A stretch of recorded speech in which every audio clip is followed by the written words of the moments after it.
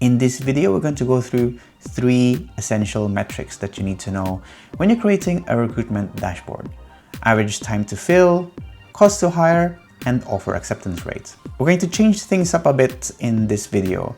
We're not just going to go through how to write the DAX itself. We're going to look at the real-life looking datasets to understand the recruitment data, and also dive a little deeper on the insights that these metrics give to give you a better understanding on why these companies want to track these in the first place and what actionable insights they can get out of knowing these. All of that and more, so without further ado, let's jump in. Recruitment in its basic form is essentially just putting the right candidates into the right roles. Different companies have different strategies on how they recruit talents, but the core targets are almost always the same across all of them. You want to find the best candidates for the role as quickly as possible and as cost effective as possible. And as I said in the intro, I want to cover the 3 metrics that you would typically encounter: average time to fill, cost to hire, and offer acceptance rates. Different companies will calculate these in a number of different variations, but I'm going to show you a simple example just to give you an idea on how you would approach and even write these measures. So before we start, let's have a look at our semantic model here just to get us acquainted with the kind of recruitment type of data that you'd be working with. So we have 2 tables here: the requisition, which is essentially a list of job openings, and applications, which is the list of applications to those requisitions. The requisitions table contains some information like the department for what the rec is for and what the role they're looking for. It also tells you when the rec was opened and the number of positions that's open for this requisition. The application table is a list of applications that is linked to the requisition via the requisition ID, and it lists out some information about the application or each of these applications for these recs: the candidate name, when they applied, what the offer status is, when the offer was made, and if it was accepted, when it was accepted. The source is where the candidate was sourced from, and the sourcing cost is how much it cost the company to source the candidate. One good thing to note here is that the applications is not the same as a candidates table, since candidates can apply for multiple roles, and typically you would have a separate candidate table for more detailed information about the candidate, like their age, experience, or any other relevant candidate information. These 2 tables have a simple relationship based on their requisition ID, as I mentioned. And I also created the calculations table here, which I'm gonna use to manage my measures, and this is where I typically put all of them. Now that you understand a little bit of the semantic model, let's have a look at the first metric: average time to fill. This basically measures how long it takes for a role or position to be filled. In our simple semantic model, we simply want to know the number of days between when the requisition was opened and when a position or offer was accepted. The simplest approach that I take here is to break down the problem into 2 parts. So one is to calculate the actual time to fill in days, and then I deal with the averaging afterwards. So we're going to select new column here, and we're going to start to write time to fill days. And we're going to use date diff, which will give us a number of units between 2 dates. So for the first date, we're going to get the requisition open date from the requisitions table. I'm going to use the related function here, and this works. Obviously, because we already have the relationship set up, we just simply fetch the requisition date like this. And then for our second date here, we're going to get the offer accepted date, and we're going to choose day here. And if we just close that, you will see that we now have a calculated column with the time to fill days only for those where the offer was accepted. And from here, what I do is I simply just drag this new calculated column, change the aggregation to average, and put it in a card, for example. And this will give you the total average time to fill in days. So now this tells us on average it takes about 32 days for roles to be filled across the organization. Now, as an executive, my next step from here would be to understand what is causing for this to be this high or low. I'd be looking for the culprits or what is causing this, and if there's any way for me to reduce this. Because remember, the goal for you is to be as efficient as possible, and to do that is to make sure that you find the best candidates for the best role as quickly as possible. What I'm gonna do is I'm just gonna make it a little bit smaller here. I'm gonna copy it, copy and paste. I'm gonna change it into just a simple bar chart here. Make sure it's still an average, and I'm gonna bring in source, since we have a few different ways that we can show this in different dimensions. The average gets calculated for each of these. So this tells us for the different source types of our applications that have been accepted, how long does it take to typically fill those roles. So we can see that source from Upwork, for example, takes a little bit longer than the rest of them. So if I was an exec, this will be the first flag that I would look into optimizing. We can also look at other dimensions that exist. Now, our model and our tables are quite simplistic, but if you have more dimensions, the better. This will give you different ways to slice the data and see any trends or discrepancies. We can look at the requisition itself, and maybe let's look at by department. So let's see if there's any trends there. So you can see that tech specific roles for the tech department takes on average about 35 days to fill. So although it's not such a big jump compared to the rest, if I was looking to optimize the average time to fill, the biggest impact that I could make to improve is looking at those tech roles and why it's taking long. And by the way, if you're not a fan of using an aggregated version of the time to fill, you can also simply use or create measures that will do the exact same thing for you. So I'm going to start by creating a new measure here just to show you how it could look like if you didn't want to create a calculated column. So we're going to call this one average time to fill DAX only, and then we're going to use average X, and this is like an iterator function, and we're going to iterate through the applications table rather, sorry. And then we're gonna do the same date diff function here. So exactly the same syntax. We're gonna get the open dates from the requisitions table.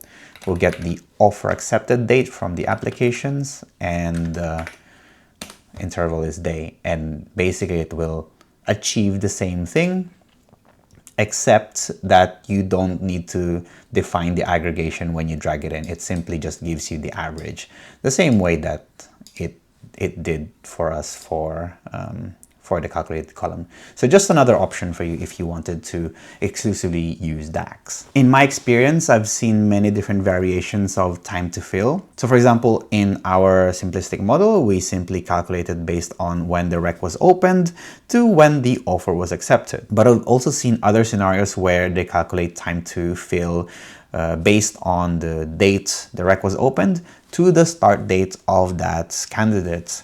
And this is to account for candidates that accept offers but actually never turn up. Another variation that I found with time to fill is when you want to calculate how long it takes per stage of the process. So the clock essentially ticks when an action needs to be taken by the recruitment team, and the clock stops when you're waiting for a response from the candidates. So this one is purely for tracking the team's efficiency on actually moving things around. I hope this simplistic example and some of the other variations has given you some inspiration on this specific metric and why it's useful. Cost per hire is another important metric, and it essentially measures how much it costs to fill a role. In our very simple model, we already have the sourcing cost already available per application, so we know how much it costs the business per application. And to calculate the cost per hire is essentially just dividing the total cost amount it takes to fill in a requisition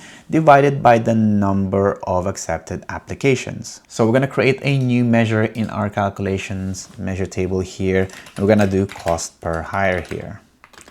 And then we're going to do a couple of variables here. So we're going to calculate, first of all, the sum of the sourcing cost here, and then the hire, which is gonna wrap around the calculate. We're gonna first of all just count the number of applications, and you can also do count rows here to be extremely specific if each row of the application is distinct. And then we're gonna do offer status is equals to accepted. And then lastly, we're gonna just simply do the total sourcing cost divided by the number of hires. And if we drag this here and put this in a card, actually we'll just also change its data type so we can see it. And this essentially gives you cost per hire. And same as before, you can check this in different dimensions that exist here. So for example, let's just use the same measure, put it in a bar chart here, and we can check by source. You'll notice that there's a significant jump with Upwork. Obviously, the goal is to reduce the cost per hire in total, and this basically will tell the execs that there's a problem, or maybe there's some optimization that can be done in this source. So this will be the first point of action to actually improve the cost per hire. And again, this is another simplistic example of cost to hire, and different companies do calculate cost to hire differently based on what information is available for them to analyze. I've seen different variations of this, and cost to hire can be different factors, like how much it costs to use the platform where the source or the applications are, any commissions, or even the costs per quality hire, which is essentially based on the applicant's performance or their retention 6 to 12 months down the line after they've been hired. Offer acceptance rate is another important one, and it essentially measures how competitive and attractive your positions are.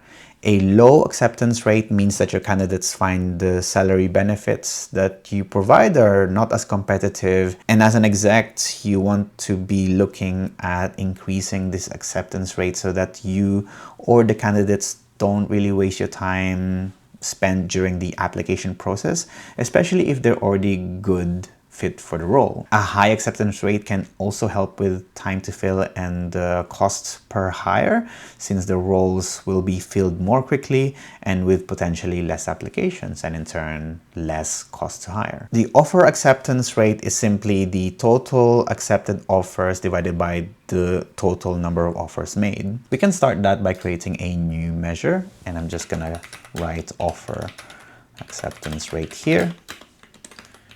I'm gonna create two variables here as before, just to keep everything simple. I'm gonna do a calculate here. And we're gonna simply just count the number of applications in our applications table. And then we're gonna check if the offer date is not blank. So if it's not blank, then it means that there's been offers made for that, and we want to count it. And then we want to do another calculate, except this time only for the ones that are accepted. So exactly the same logic. So we're going to do a count of application ID. This time we're going to do offer status is accepted.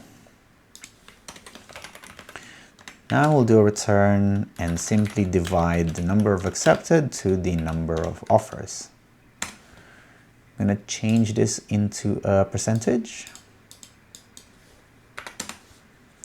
And let's bring it into a card here. Bring offer acceptance rate. And that will give you the total overall acceptance rate for your organization. If we do the same thing as before, so I'm just gonna copy this chart here, change the cost per hire to offer acceptance rate. So here, this tells us that Upwork has the lowest acceptance rates with a rate of about 14%. And really, as an exec, you want to be having close to 100% acceptance rate as possible, which means that for me, the next step from here should be to review the applications that are being submitted through Upwork, since this seems to be the biggest bottleneck in my process, or perhaps looking at the applications or the roles that are being listed in this source, or look at the compensation package if they need to be reviewed. And that's really it for this video.